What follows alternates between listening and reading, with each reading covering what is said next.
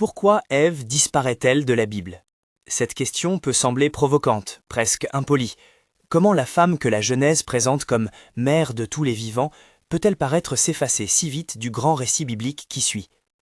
Si l'on ouvre le livre au chapitre 2, on la trouve au centre d'une scène fondatrice.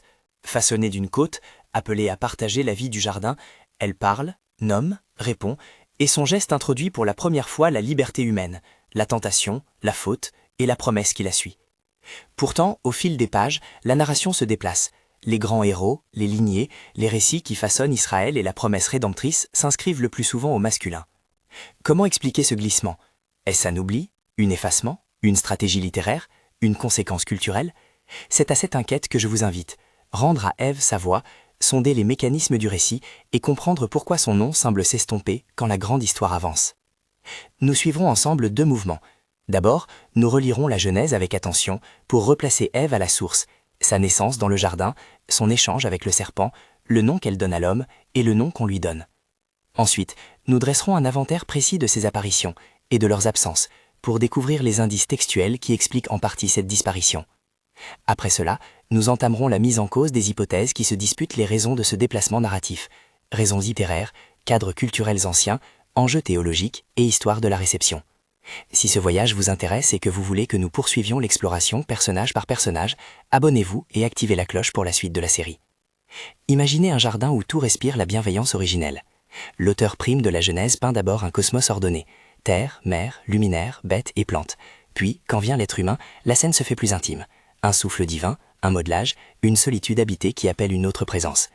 L'histoire d'Ève commence dans ce lieu, non pas seulement comme compagne de l'homme, mais comme partenaire de la parole créatrice et gardienne d'un monde empreint d'insens.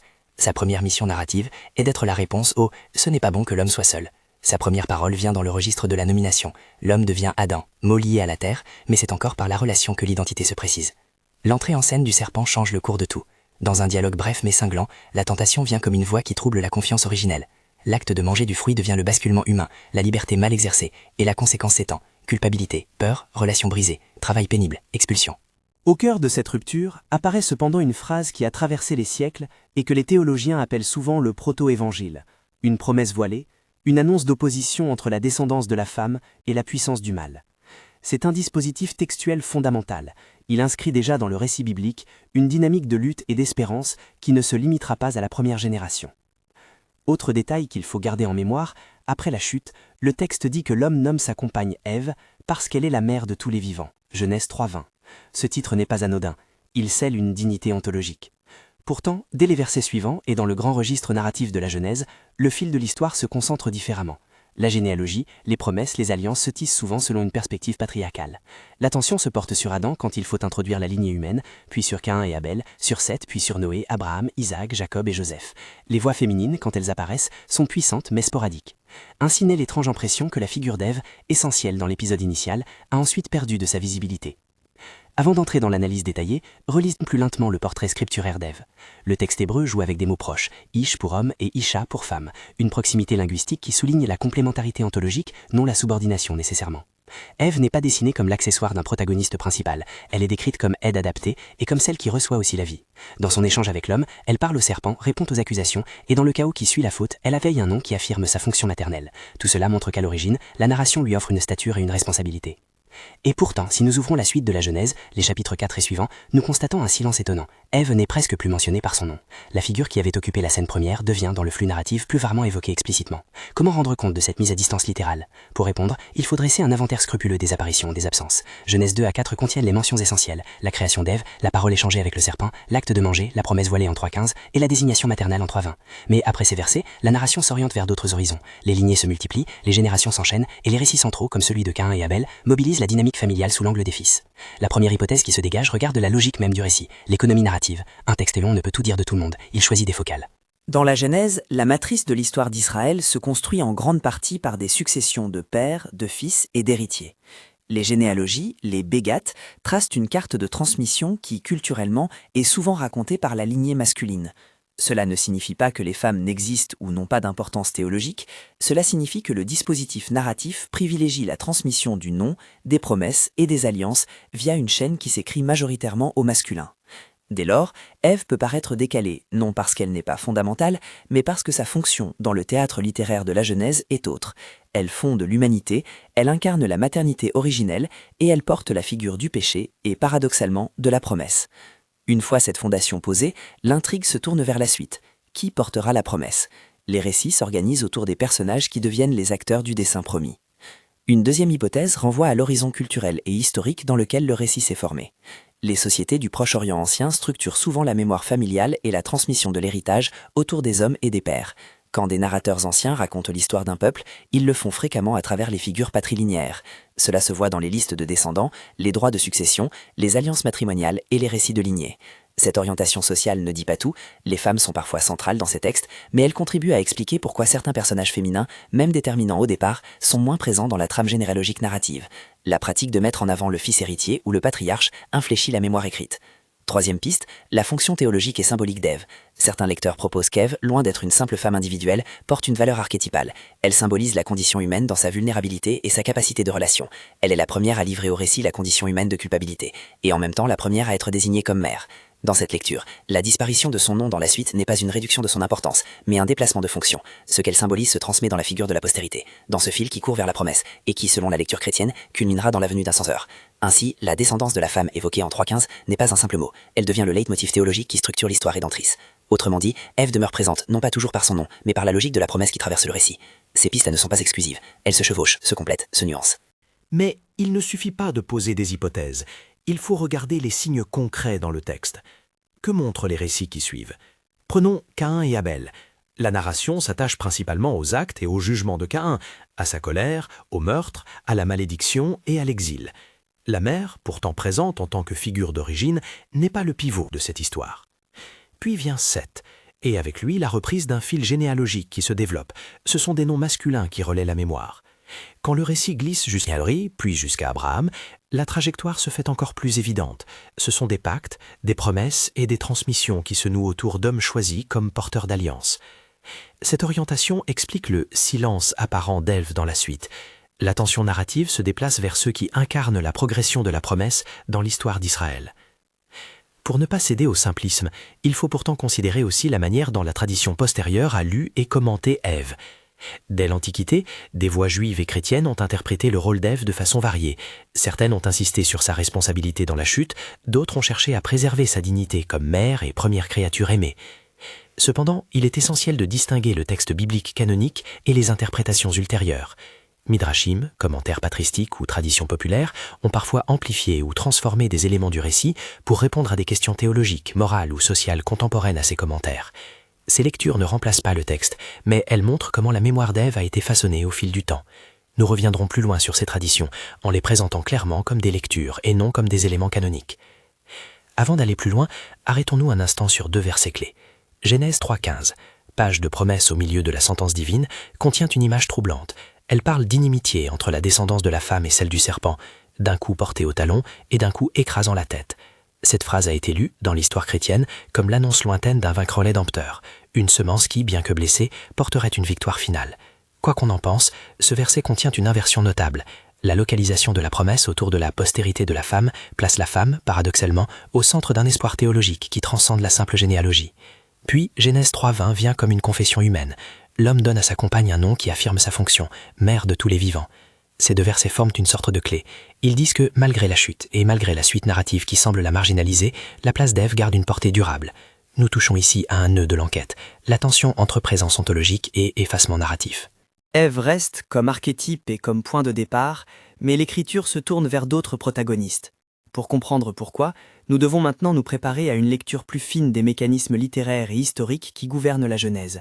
Cela exige d'examiner la structure textuelle, la focalisation, les choix de narration, le rôle des généalogies, et d'ouvrir une courte incursion linguistique pour voir comment certains mots hébreux peuvent éclairer le mouvement du texte. Il faudra aussi, plus loin, mesurer l'impact des pratiques de mémoire dans les sociétés anciennes. Qui raconte, pour qui et dans quel but?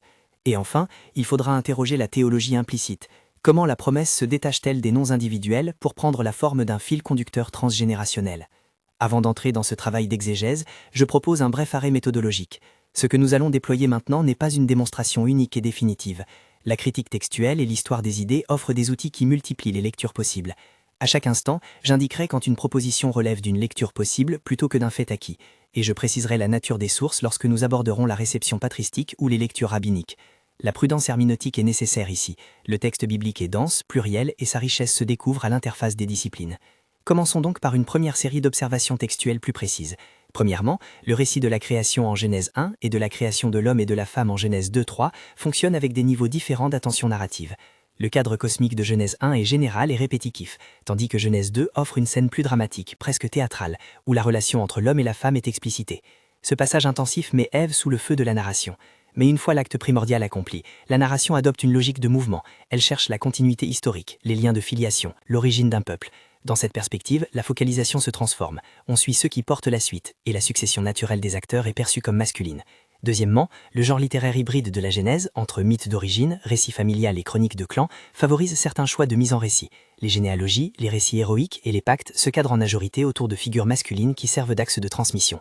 Troisièmement, si l'on scrute la distribution des paroles et des actions, on voit que les femmes interviennent de manière décisive mais ponctuelle. Sarai, Sarah, Rebecca, Rachel, Léa et d'autres pêchent et brillent tour à tour. Dans ces passages, leur présence est souvent liée à des bifurcations de l'histoire.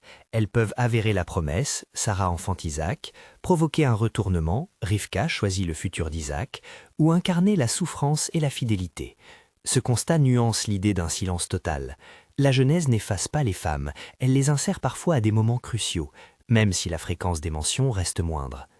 Nous voilà au seuil d'un approfondissement qui exigera des analyses plus techniques, une lecture comparative des mots hébreux, l'étude des différentes versions, la Septante, la Vulgate, et une évaluation des pratiques de composition textuelle anciennes.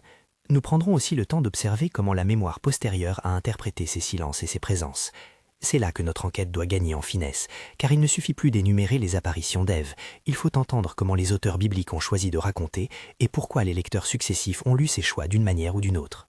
Avant de poursuivre, arrêtons-nous sur une mise en garde essentielle. Il est tentant, face à un apparent effacement, d'en conclure à une volonté divine arbitraire ou à une dépréciation de la femme par le texte lui-même. Une telle conclusion serait hâtive.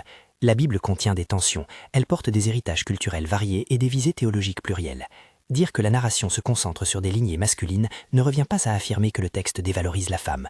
Au contraire, reconnaître la spécificité de la fonction d'Ève, mère, compagne, figure première de la liberté humaine, permet de percevoir sa rémanence sous d'autres formes. La suite de notre investigation devra donc conjuguer l'attention littéraire et la sensibilité théologique, voir où le texte parle explicitement et où il continue de parler implicitement. Nous sommes maintenant prêts à franchir le pas vers l'examen plus technique. Dans la suite, nous scruterons en détail la structure narrative de la Genèse, nous confronterons les traductions anciennes et nous écouterons quelques voix de la tradition qui ont contribué à façonner l'image d'Ève dans la mémoire collective. Nous ouvrirons également une courte annexe exégétique pour expliquer quelques termes hébreux clés et montrer comment ils orientent la lecture. À ce moment, il faudra garder deux choses à l'esprit. D'une part, que la disparition d'Ève est plurifactorielle, d'autre part que tout bout d'argumentation devra revenir à la question centrale qui nous occupe. Pourquoi, après son rôle si central au jardin, voit-on son nom s'effacer dans la suite des récits ? Là se trouve le point de bascule de notre investigation. Nous avons posé le décor, recueilli les signes et esquissé des pistes explicatives. La suite exige de plonger dans les détails et de confronter des preuves textuelles précises. Forme littéraire, marge culturelle, usage du langage et trajectoire interprétative. C'est à ce travail de précision que nous allons nous atteler maintenant, pas à pas, vers une réponse nuancée qui rendra justice à la complexité du texte et à la dignité d'Ève, non pas comme objet d'un constat, mais comme sujet auquel la Bible réserve une place unique, même lorsque son nom semble se retirer. Nous avons posé le décor et relevé les signes. Poursuivons l'enquête au ras du texte et à la hauteur de la mémoire qui s'en est emparée. Si Ève semble se retirer du récit, c'est parce que le texte et ses lecteurs déplacent sa fonction vers d'autres registres, littéraires, théologiques et mémoriels. Pénétrons ces registres un à un, en gardant toujours comme fil la question titre. Pourquoi Ève disparaît-elle de la Bible ? Première étape, lire la structure narrative avec attention. La Genèse combine plusieurs genres, récit d'origine, chronique familiale, gestes héroïques et formulation de lois morales. Dans ce tissage, la dynamique qui suit l'épisode du jardin relève essentiellement de deux mouvements distincts, mais complémentaires. D'un côté, il y a l'acte fondateur, théâtral et singulier, de la création et de la chute. De l'autre, il y a la marche historique, la question désormais posée par les narrateurs est de savoir comment la condition humaine se déploie à travers les générations, quels acteurs porteraient l'histoire d'un peuple et comment la promesse fondatrice se conserve et s'accomplit. Ce passage d'une scène unique à une fresque généalogique s'accompagne de procédés littéraires reconnaissables. La focalisation change. Au lieu de rester centrée sur l'expérience originelle, la narration adopte le point de vue de la transmission. Les listes de descendants, les épisodes répétitifs et les récits de patriarches fonctionnent comme un instrument de mémoire collective. Le nom lui-même joue un rôle significatif. La nomination fixe une identité, institue un rôle, mais ce n'est pas toujours le nom initial qui restera actif dans la mémoire du récit. Ainsi, bien que le nom d'Ève surgisse avec force, elle est nommée mère de tous les vivants, le texte privilégie bientôt la lignée des hommes parce que ce sont eux qui, dans la logique narrative et sociale de la composition, incarnent la succession des alliances et des promesses. Regardons de plus près les mécanismes textuels. La Genèse a recours à l'inclusio, à la répétition thématique et parfois à la composition en anneaux, ring composition. Dans certains passages, un thème se déploie puis se ferme, tandis que d'autres thèmes s'ouvrent et se prolongent sur des générations. L'épisode d'Ève contient des motifs, la tentation, la culpabilité, la promesse, qui refont surface plus loin, parfois incarnés par d'autres personnages ou par des dynamiques collectives. Autrement dit, l'érosion apparente du nom n'est pas nécessairement une perte du motif. Elle peut être une réallocation du motif à des supports narratifs différents. Action, descendant, alliance. Deuxième étape, examiner la matérialité du texte. Quel est le rôle des généalogies? Pourquoi passe-t-on si vite d'un couple originel à une succession de pères et de fils? La généalogie, dans l'Antiquité, n'est pas un simple relevé d'ascendants. Elle sert à légitimer des droits, à situer des terres, à affirmer une identité de groupe. Dans la logique d'un livre qui vise à raconter l'origine d'un peuple et le chemin d'un dessein divin, la transmission par la lignée masculine devient l'outil narratif privilégié pour assurer la continuité du nom divin et des promesses associées.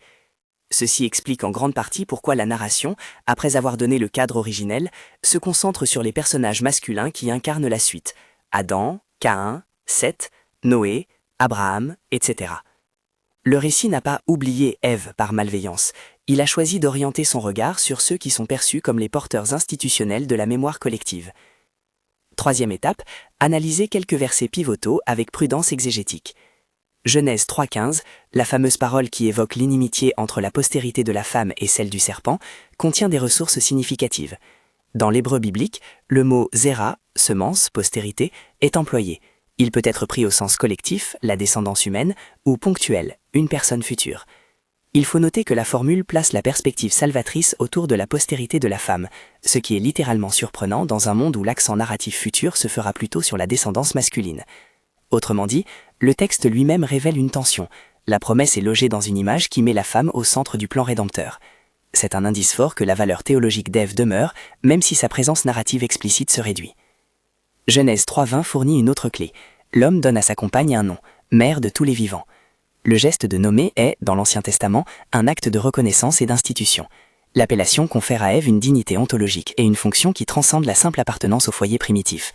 Ainsi, alors que son nom disparaît relativement vite des récits ultérieurs, sa désignation comme mère continue d'irradier. La maternité comme principe fondateur de l'humanité, la vulnérabilité humaine et la promesse qui traverse les générations. Quatrième étape, mettre en balance la lecture littéraire et la situation socio-historique. Plusieurs facteurs socio-culturels expliquent la dominance patrilinéaire dans la mémoire écrite. Les sociétés du Proche-Orient ancien privilégiaient souvent la filiation par les hommes, et l'organisation de la propriété, des successions et des identités communautaires suivait ce modèle. Or, les narrateurs qui ont mis la Genèse par écrit, ou qui ont compilé des traditions antérieures, opéraient dans un horizon mental où la légitimation d'un peuple passait par les chefs de famille. Ceci n'explique pas tout, la Bible contient pourtant des femmes centrales et actives, mais cela aide à comprendre le déplacement de la focalisation après l'épisode originel. Cela nous amène à une cinquième étape, la réception. Comment les lecteurs ultérieurs ont-ils lu Ève? Ici, il faut distinguer soigneusement le texte canonique et les commentaires postérieurs. Dans la tradition juive ancienne, le Midrash et d'autres commentaires rabbiniques ont joué avec le récit d'Ève pour en tirer des leçons morales et théologiques, parfois en la blâmant, parfois en la louant, souvent en la mettant en scène pour expliquer les conséquences de la chute ou la nature du péché. Chez les pères de l'Église, la figure d'Ève a été l'objet d'interprétations variées. Certains ont souligné sa responsabilité et fait d'elle un symbole de la faiblesse humaine. D'autres l'ont contraposée à la figure de Marie dans une lecture typologique qui met en parallèle la chute et la rédemption. Ces lectures patristiques et rabbiniques ont façonné pendant des siècles l'imaginaire chrétien et juif sur Ève. Mais il est essentiel de rappeler que ces approches sont des lectures, valables dans leur contexte et non des compléments canoniques au texte. Sixième étape, une incursion linguistique mesurée. Quelques mots hébreux éclairent le problème sans prétendre à une conclusion définitive. Adam est un terme polysémique. Il peut signifier l'homme au sens générique et aussi prendre valeur de nom propre. Le mot ish et isha montrent une proximité morphologique qui, loin d'établir une hiérarchie naturelle, souligne la relation ontologique. Zera, traduit souvent par semence ou descendance, porte l'idée tantôt d'une postérité abstraite, tantôt d'un individu désigné dans l'histoire du salut. Enfin, l'expression Em Kol Chaim, mère de tous les vivants, institue un rôle ontologique qui ne se cantonne pas à la fréquence du nom dans la narration. Ces nuances de vocabulaire permettent de nuancer l'idée d'effacement. Le texte travaille en couches, et certaines couches demeurent actives même si elles ne sont pas constamment nommées. 7e étape, confronter différentes versions anciennes. La Septante, la traduction grecque ancienne, et la Vulgate, traduction latine, offrent des nuances qui ont influencé la réception. La Septante, en traduisant l'hébreu en grec, peut parfois donner une couleur théologique différente à des discussions écrites. La Vulgate, plus tard, contribue à asseoir ses lectures dans la traduction latine chrétienne. Ces variantes de traduction n'annulent pas le texte hébreu, mais elles ont façonné des trajectoires interprétatives qui expliquent pourquoi certains lecteurs ont insisté plus sur la faute d'Èse, d'autres sur sa dignité de mère. Notons cependant que la variation textuelle ne suffit pas à expliquer le déplacement narratif. Elle participe à la formation d'images, mais n'est que l'un des facteurs. 8e étape, la question documentaire et la composition. Certains historiens et exégètes proposent des modèles, hypothèses documentaires, tradition JEP, pour expliquer les différentes couches et voix présentes dans la Genèse. Présentés prudemment, ces modèles offrent des outils pour repérer recoupements, doublons ou tonalités variées. Ils aident à comprendre pourquoi certaines scènes, celles d'Ève ou d'Adam, peuvent porter une teinte différente selon la source supposée. Mais il convient d'énoncer cette hypothèse comme une possibilité d'analyse, non comme une vérité dogmatique. Dans notre enquête, l'hypothèse documentaire éclaire surtout la pluralité des traditions qui ont convergé dans la Genèse, ce qui peut partiellement expliquer les variations d'attention accordées à tel ou tel personnage.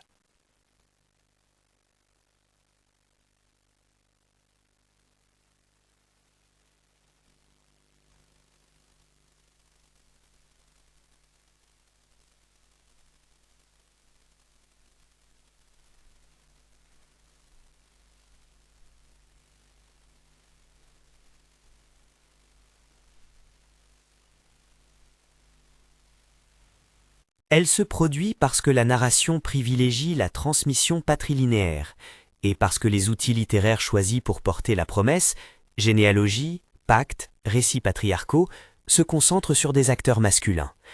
Mais cette disparition n'est pas un effacement ontologique. La fonction d'Ève, son statut de mère de tous les vivants, et la promesse contenue dans Genèse 3.15 demeurent des pôles théologiques actifs qui irriguent la suite du récit.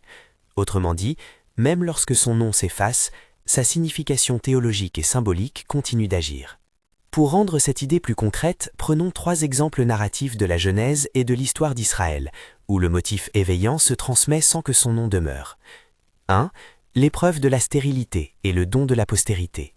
Sarah, Rebecca, Rachel et Anna, femmes des livres suivants, sont souvent au centre de la question de la descendance. Le motif de la stérilité, puis d'un don miraculeux d'un enfant, renvoie à la figure d'Ève comme mère première, la promesse d'une postérité qui, malgré l'adversité, continuera. Ici, la mémoire d'Ève se lit dans la thématique et non dans la nomination. 2. Les ruptures familiales et la restauration. Les conflits de frère à frère, Caïn, Abel, Joseph, frère, mettent en scène les conséquences de la chute, jalousie, violence, éloignement. Les récits montrent aussi que la reconstruction passe par des réconciliations, des repentirs et des actes de grâce. La dynamique d'expulsion et de rétablissement rappelle la trajectoire du jardin, chute, promesse et espérance. 3. La figure de la postérité qui écrase la tête du serpent dans 3.15, qui chez les lecteurs chrétiens deviendra un signe anticipateur de la victoire rédemptrice.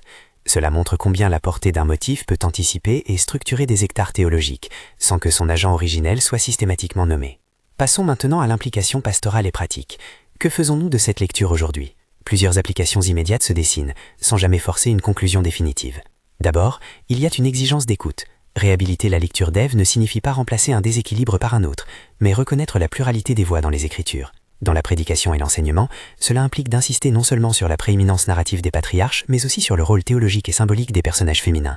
On peut ainsi inviter les communautés à lire des passages d'Ève, de Sarah, de Rebecca, de Rachel et d'autres femmes avec la même intensité que l'on donne au discours des patriarches.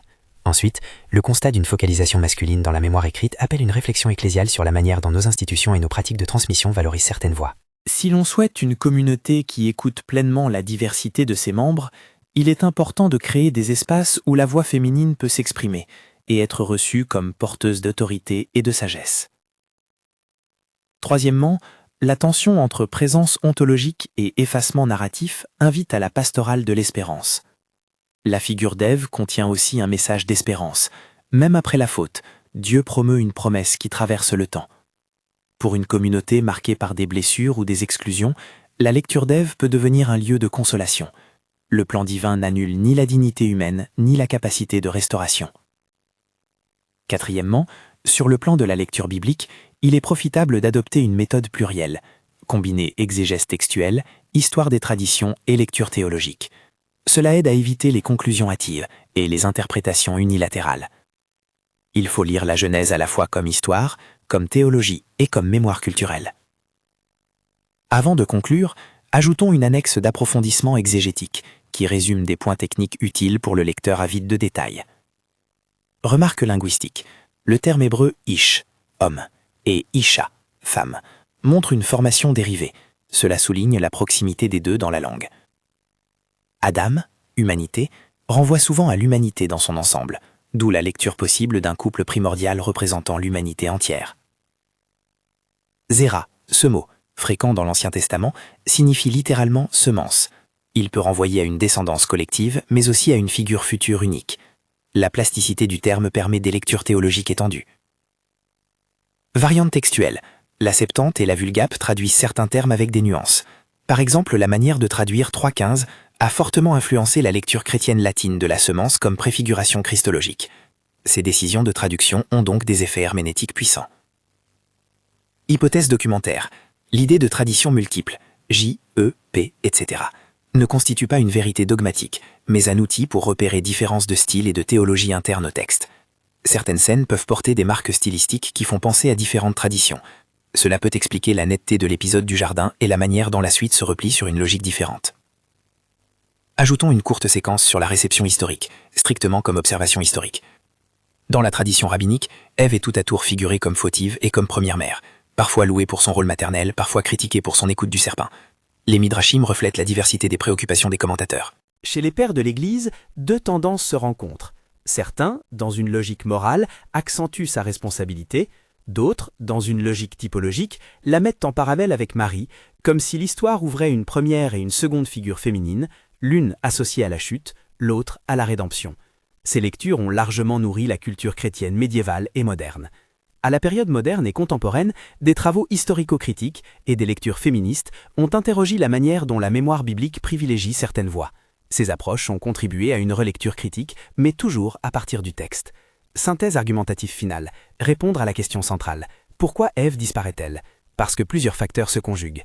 Le dispositif littéraire de la Genèse opère un déplacement de la scène originelle vers une logique de transmission qui privilégie la lignée masculine, tandis que la situation socio-historique des anciens rédacteurs favorise la mise en avant des porteurs institutionnels, les patriarches. En parallèle, la fonction théologique d'Ève, mère théologique et symbole de la condition humaine, est transférée au motif de la postérité et au fil rédempteur qui court à travers les générations. Enfin, la réception et les traductions plus tardives ont modelé l'image d'Ève de façon diverse, oscillante entre blâme et dignité, parfois accentuant le silence narratif, parfois le comblant par des lectures complémentaires. Mais il faut conclure avec espérance, la disparition n'est pas un oubli définitif. Le souffle du récit continue d'appeler une restaurative présence féminine, et la promesse inscrite en Genèse 3.15 laisse entendre que les voix marginalisées ne sont pas sans rôle dans le projet divin. Lire la Genèse aujourd'hui avec ce double regard, littéraire et pastoral, nous apprend à repérer les lieux où la parole divine travaille en creux, et à faire résonner à nouveau les voix qui semblent étouffées. Pour terminer, quelques applications concrètes pour la vie ecclésiale et personnelle. Relire les textes fondateurs en prêtant attention non seulement aux personnages répétés, mais aussi aux motifs qui se transmettent. Faire de la prédication un lieu de récupération des voix marginalisées. Encourager des lectures communautaires qui prennent au sérieux la dignité et la pertinence des figures féminines. Enfin, proposer des parcours d'études bibliques où Ève et d'autres personnages dits secondaires sont abordés en profondeur. Si cette exploration vous a touché et que vous souhaitez approfondir l'étude personnage par personnage, partagez cette vidéo et consultez les ressources que nous avons mises en description. Vous y trouverez une fiche d'étude et une bibliographie recommandée pour aller plus loin. Pour clore, souvenons-nous d'une vérité simple et consolante. La Bible est un champ de mémoire vivant. Elle assemble voix et silence, nom et motif, visage et symbole. Le fait que le nom d'Ève se fasse plus rare ne contredit pas la force de sa fonction originelle. Au contraire, son statut de mère de tous les vivants continue d'irradier le récit, non pas toujours sous la forme d'une mention explicite, mais comme une racine cachée qui alimente le réseau de la promesse. Que cette lecture renouvelle en vous le sens du souvenir et de la restauration. Là où une voix paraît s'effacer, il est bon d'écouter les motifs qui continuent de parler.